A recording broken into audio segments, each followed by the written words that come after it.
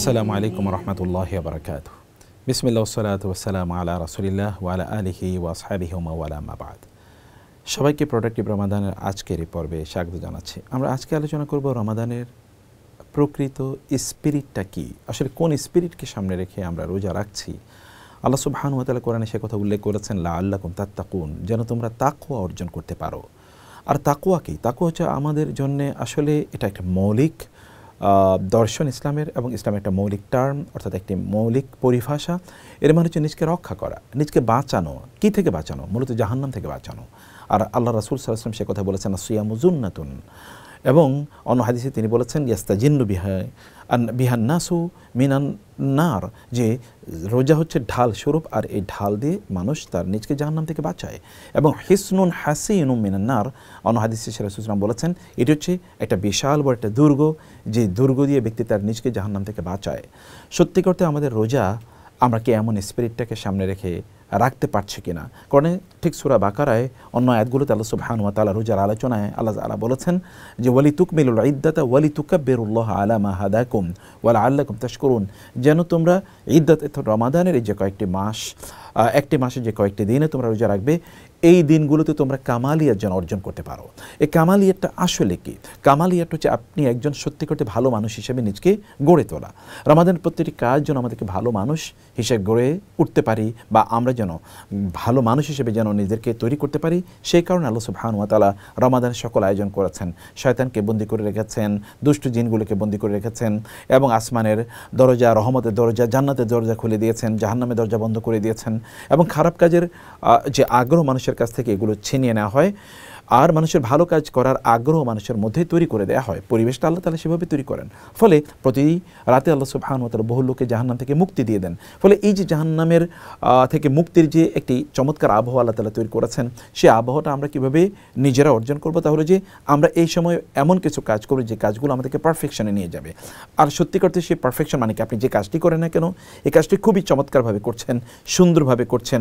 আপনি যখন আল্লাহর ইবাদত করেন তখন আপনি সুন্দরভাবে করছেন, কোরআন তেলাওয়াত করছেন তখন সুন্দরভাবে করছেন, এবং এর মধ্যে আপনার শরীরের সকল অঙ্গ প্রত্যঙ্গ দিয়ে আপনি রোজা রাখছেন। আপনার চোখ দিয়ে রোজা রাখছেন, কান দিয়ে রোজা রাখছেন, আপনার মুখ দিয়ে রোজা রাখছেন, ব্রেন দিয়ে রোজা রাখছেন, হার্ট দিয়ে রোজা রাখছেন, এবং আপনি কেবল পেট এর মাধ্যমে আপনি রোজা রাখছেন না, যে আপনি কেবল খাদ্য গ্রহণ করছেন না, কিন্তু অন্য কোনো কিছু। যেমন আমরা ধরুন আমাদের কান দিয়ে এমন কথাবার্তা শুনি যে কথাবার্তাগুলো আমাদের রোজাকে একেবারে ধ্বংস করে দেয়। রাসূলুল্লাহ সাল্লাল্লাহু আলাইহি ওয়াসাল্লাম কি কথা বলেন নাই যে আমাদের মুখ দিয়ে যদি কারো বিরুদ্ধে মিথ্যা কোনো অপবাদ দেই, তাহলে কিয়ামতের দিন আল্লাহ সুবহানাহু ওয়া তাআলা আমাদেরকে জাহান্নামে রাদগাতুল খাবাল থেকে আল্লাহ তাআলা এই জাহান্নামীদেরকে পান করাবেন। আর রাদগাতুল খাবাল হচ্ছে কি? জাহান্নামীরা যারা জাহান্নামে যাবে তাদের রক্ত, পুজ, পেশাব, পায়খানা, থুথু এগুলো সব এক জায়গায় একত্রিত করা হবে, এগুলোকে খুবই উত্তপ্ত করে তারপরে জাহান্নামীদেরকে খেতে দেওয়া হবে যারা জাহান্নামে যাবে। এবং এটি জাহান্নামে যাওয়ার একটা কারণ কি? তাহলে যে সে তার মুখকে কন্ট্রোল করেনি, মুখ দিয়ে সে এমন কথা বলেছে, অন্যের বিরুদ্ধে মিথ্যা কথা বলেছে, গীবত করেছে, শাকায়াত করেছে। ফলে এটিও কিন্তু ব্যক্তির জন্য একটি ভয়াবহ কাজ। আপনি রোজা রাখছেন, রাসূল সাল্লাল্লাহু আলাইহি ওয়াসাল্লাম কি কথা বলেন নাই? মাল্লাম ইয়াদা কাওলা জুরি ওয়াল আমালা বিহি ফালাইসা লিল্লাহি হাজাতুন ফি আন ইয়াদা তুআমাহু ওয়া শারাবা। কেউ যদি রোজা রাখে কিন্তু খাদ্য পানীয় ইত্যাদি থেকে তার নিজকে বিরত রাখলো, কিন্তু সে হারাম কাজ থেকে, অশ্লীল কাজ থেকে, মিথ্যাচার থেকে তার নিজকে সে বিরত রাখলো না, এই ব্যক্তির এই খাদ্য পানীয় থেকে দূরে থাকার বা বিরত থাকার মধ্যে আল্লাহর কিছুই যায় আসে না। ফলে আমরা যখন আমরা রোজা রাখছি, তখন আমাদের এই স্পিরিটটা আমাদের লালন করা দরকার, যে আমাদের গোটা অস্তিত্ব জুড়ে আমরা রোজা রাখছি। সে কারণে আমরা ওয়ালি তুকমিলুল ইদ্দা, মানে আপনি যে কাজটি করেন না কেন সেটি আপনাকে পারফেকশন এর সাথে করতে হবে। আল্লাহ তাআলা এই কাজে সন্তুষ্ট হবেন নাকি অসন্তুষ্ট হবেন?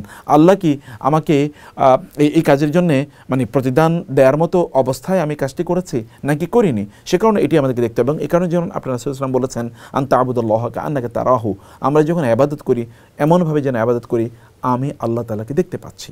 কি একটা অসাধারণ অনুভূতি, তাই না? আপনি আল্লাহকে দেখতে পাচ্ছেন, অথবা আল্লাহ সুবহানাহু ওয়া তাআলা আপনাকে দেখছেন। কমপক্ষে এতটুকু অনুভূতি নিয়ে আপনি ইবাদতগুলো করা।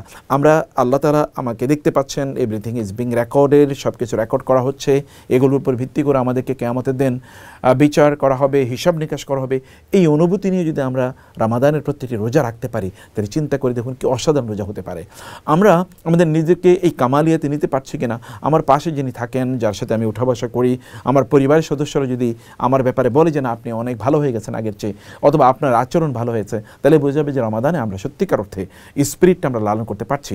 3 নম্বরে আল্লাহ তাআলা বলেছেন কি, ওয়ালি তুকাব্বিরুল্লাহ আলা মা হাদাকুম, আল্লাহ যে তোমাদেরকে হেদায়েত দিয়েছেন এই কারণে তোমরা আল্লাহর তাকবীর করবে, আল্লাহর বড়ত্ব তোমরা বর্ণনা করবে। এবং আল্লাহ তাআলার বড়ত্ব বর্ণনা করছি নাকি আমার নিজের বড়ত্ব বর্ণনা করছি? আমি আল্লাহ তাআলাকে প্রায়োরিটি দিচ্ছি নাকি আমার নিজকে প্রায়োরিটি দিচ্ছি?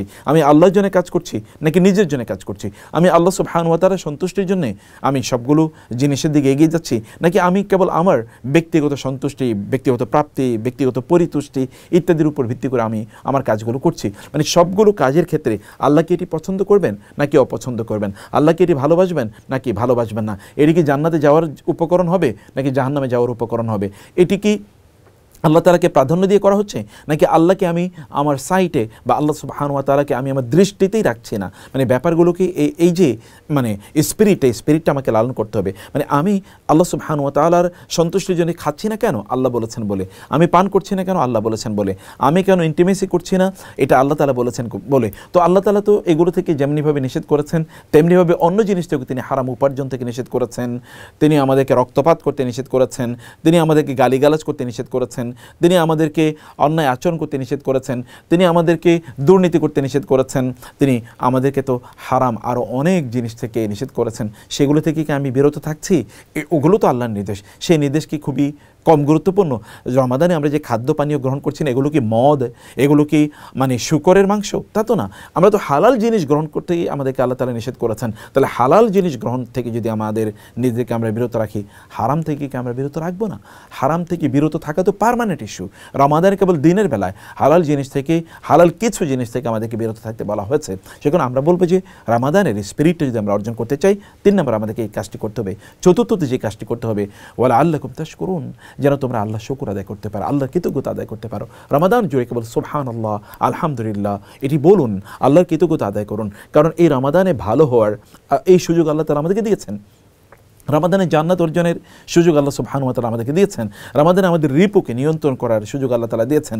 রমাদানে আমাদের সর্বোত্তম ইবাদতগুলো করার আল্লাহ তাআলা তৌফিক দিয়েছেন আমাদেরকে। রমাদানে আমরা এমন একটা কাজ করি যে কাজটি কেবল আল্লাহ সুবহানাহু ওয়া তাআলা জানেন, অন্য কেউ জানে না, যেমন রোজা রাখা।